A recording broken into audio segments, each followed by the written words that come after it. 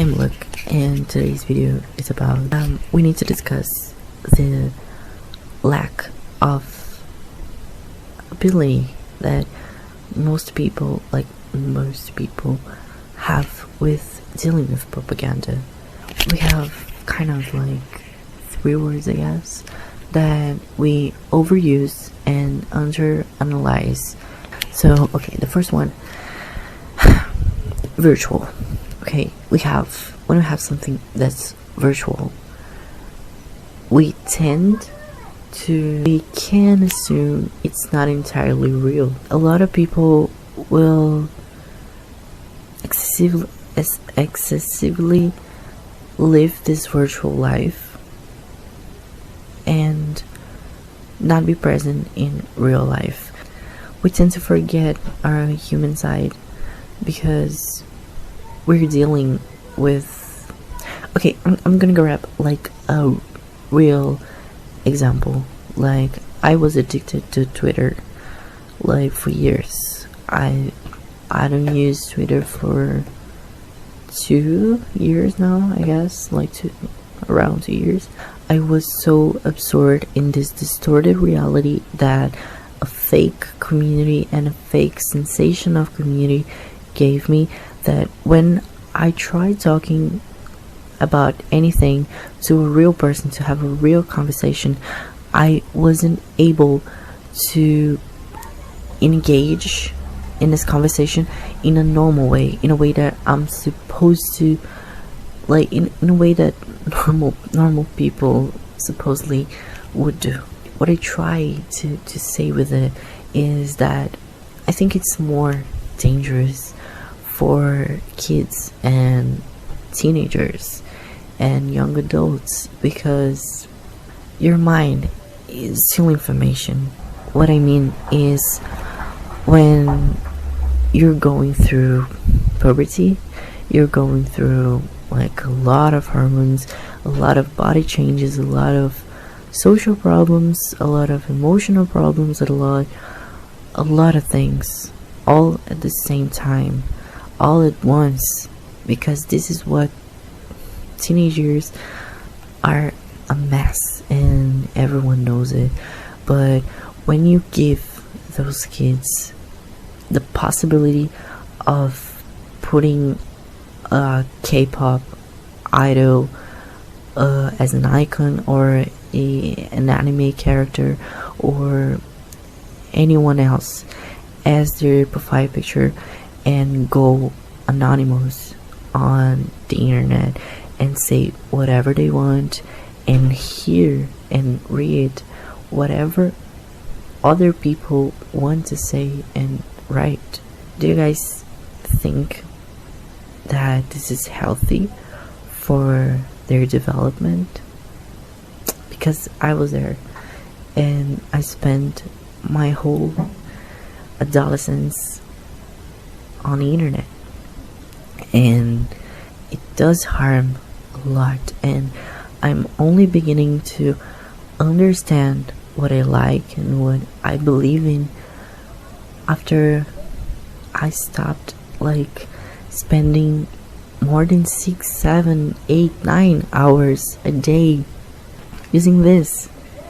I know that when it's us holding this thing and scrolling for funny memes or cat videos, I know it's something normal. It is normal in today's society, and I'm not here to say that it's not, or it shouldn't be. Maybe it shouldn't, but this is not the point. The point is, we are so vulnerable all the time. We are so into this propaganda. We are bombarded with a lot of propaganda and advertisement, and sometimes the two things together intertwined all the time. We can't escape it, and it doesn't matter if we're holding it or if we're driving.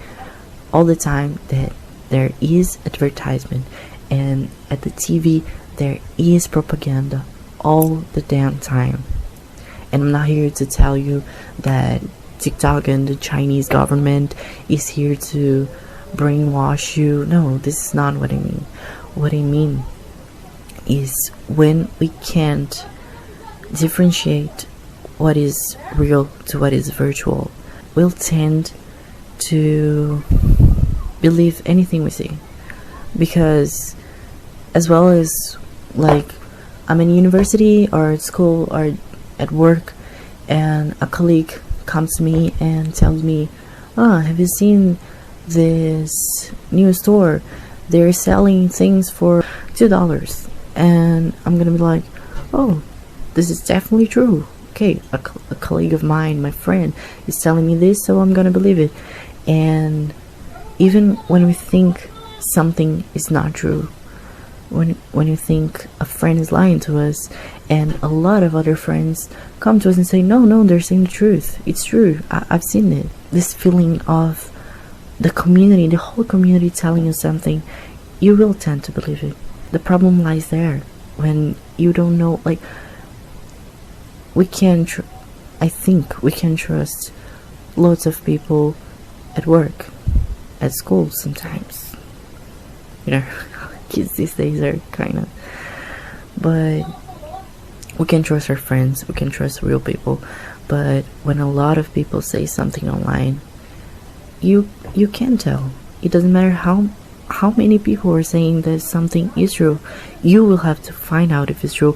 And there lies another problem, which is people are not taught how to search for the right information, for the correct information, how to fact check things.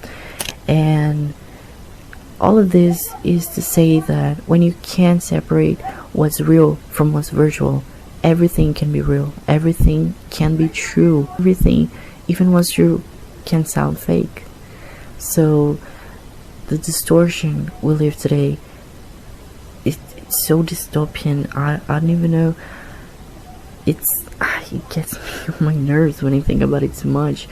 But what we have here is a absolutely distorted reality where everything can be true and anything can be fake all at once.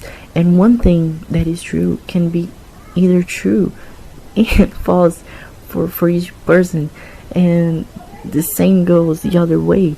So we live in a society where the truth is what we believe it is and not what it really is. And okay, there are always two sides, and sometimes there aren't two sides. Sometimes what we face is genocide, apartheid, and we think that it has two sides, but does it? Does it really? Like, are you seeing what people are facing? And I'm not talking only about Palestine. I'm talking about lots of places in the whole world. All the places in Africa, in Asia, in South America, and Central America. What I'm talking about is the whole global South is going through lots of things. And we only focus on Western media, what they're saying about Ukraine and Russia and Germany maybe, and of course the United States. And we tend to forget that those countries, those regions, these people, that they have money, the billionaires, especially the billionaires, they are molding what you think about what's going on here. The people with money, Elon Musk, J.K. Rowling, they are deciding what you will see on your damn phone and what you will think that is happening in your own country. Even if they never stepped in Brazilian land, you will think that trans people are sexual abusers, pedophiles. So I think you get what I'm saying, and this is the part of the propaganda. I haven't announced it, but I'm talking about propaganda because everything we consume online, and I mean consume, I don't mean like the art we see, the movies we watch. No, I'm talking about what we consume, the trash we consume daily. And I do this too. Everyone does it, and it's normal. It has become normal. But everything we see online is somehow propaganda. Absolutely everything is biased. Machine learning has bias. When you teach a machine how to behave as a human, how to work as a human would do, which human? What kind of human? What is the mentality of the human this machine is copying about black people, indigenous people, Asian people, about brown people, about people with disabilities, about autism? We don't know what they're teaching those machines. And I'm not against artificial intelligence. I just think that AI has become like this big hype for something that can be so harmful if people don't know how to use, and most people don't know how to use.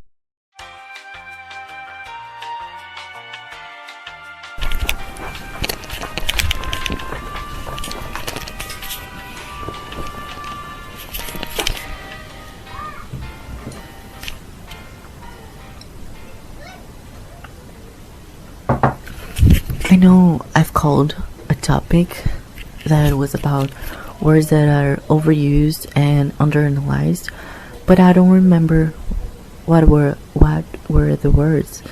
So I remember one was virtual, as I already talked about it.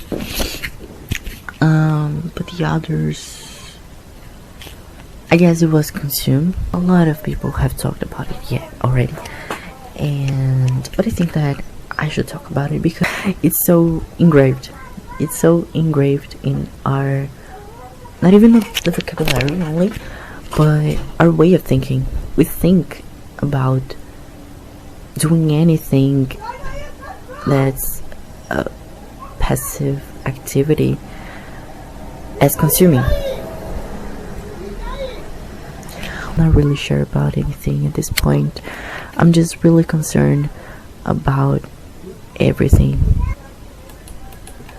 Another thing about internet consumption, I wasn't going to talk about it, but I had a conversation with my friend very recently, and we talked about those micro trends, and something that really we agreed a lot was like how people sometimes lack personality.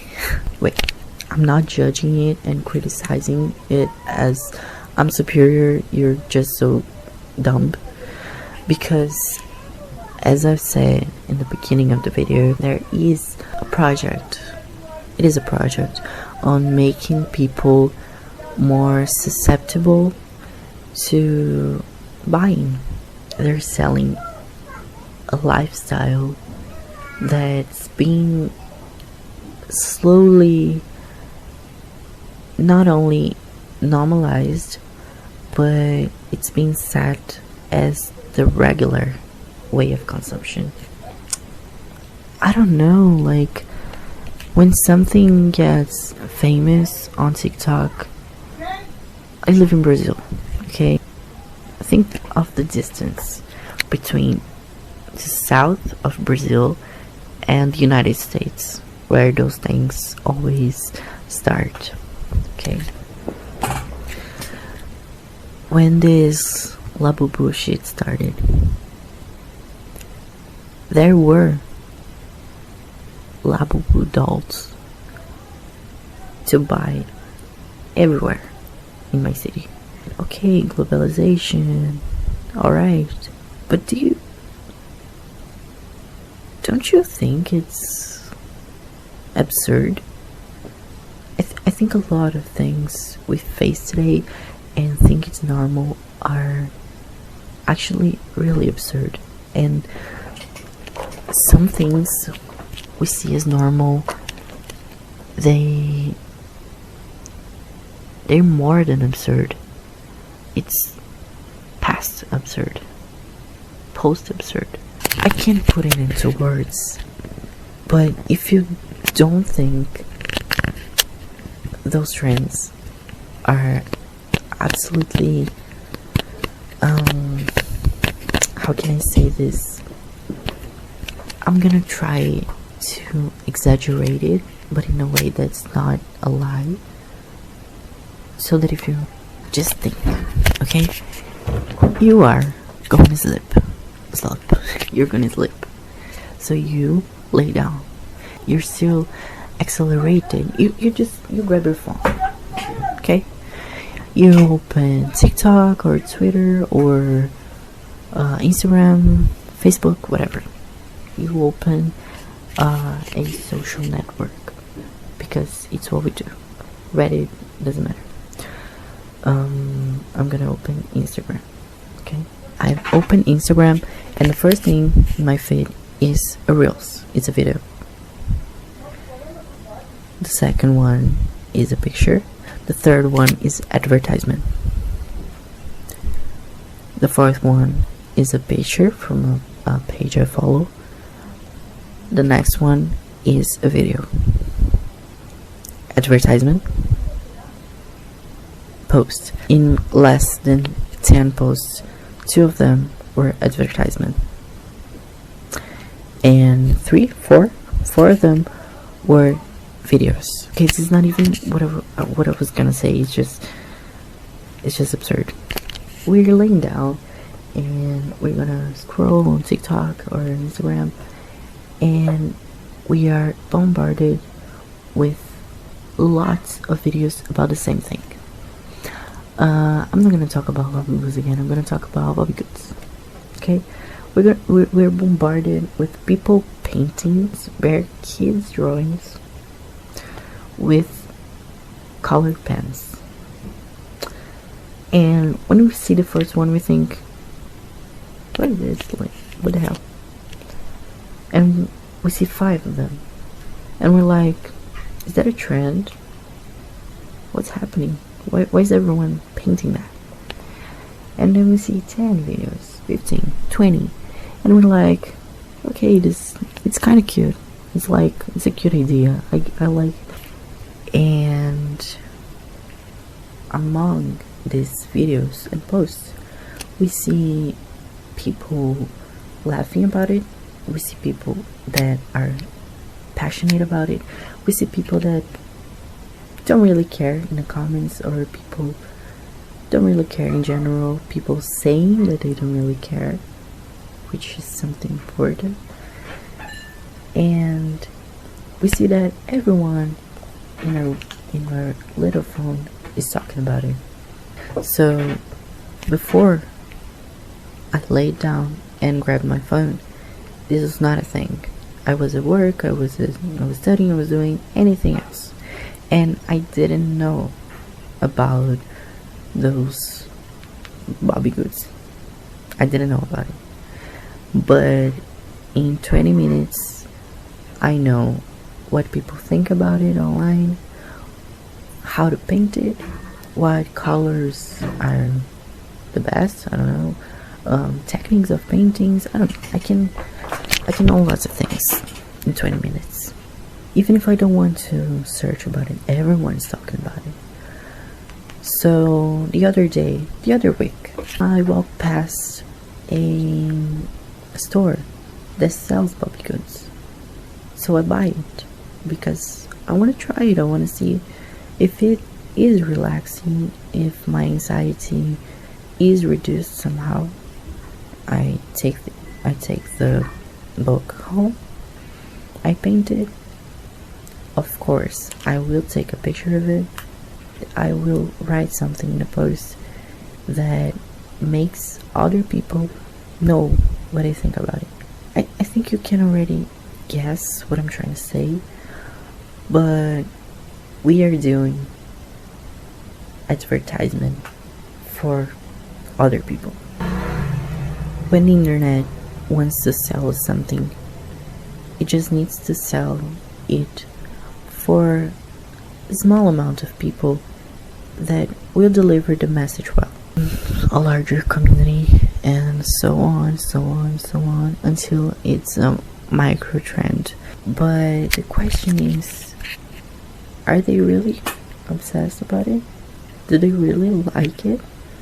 Or do they want to be part of a community?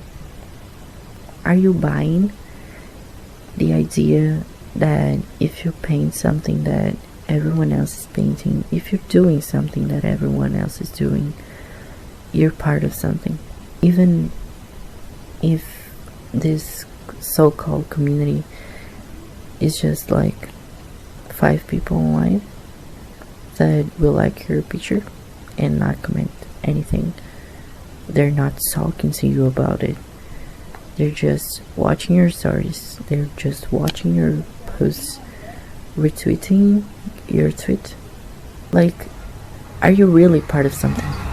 Because I don't really see those friends going like, I'm gonna grab my friends and do something nice, like talking about a book we like or watching movies. I know it's like a cliche, grabbing your friends, gathering your friends and watching movies. It's normal. But at the same time, I've seen a lot of people online almost crying on Twitter because they don't have friends. Because like, someone please be my friend, I want to talk about things and watch movies, I don't have any friends. But you're on Twitter. Why don't you have friends if you're on Twitter? Twitter, like, isn't Twitter for making friends, for connecting with people, for being in a community? Or doesn't it work? What's happening? You're on Twitter for 10 years. Why don't you have any friends if social media are for making friends and connecting with people? I know it's not comfortable to leave those places because it is easier to be on social media and have this untrue sensation of belonging. Okay, when we leave Twitter or Instagram or if the socials, we'd rather have a loyal follower that likes everything than being in real life and hearing no compliment, no one liking what you say. But is this virtual life real? Is it enough for you to feel human? I think that this is like the most important thing, because I know it doesn't, and you do know as well. So virtual doesn't create community. Real people make communities.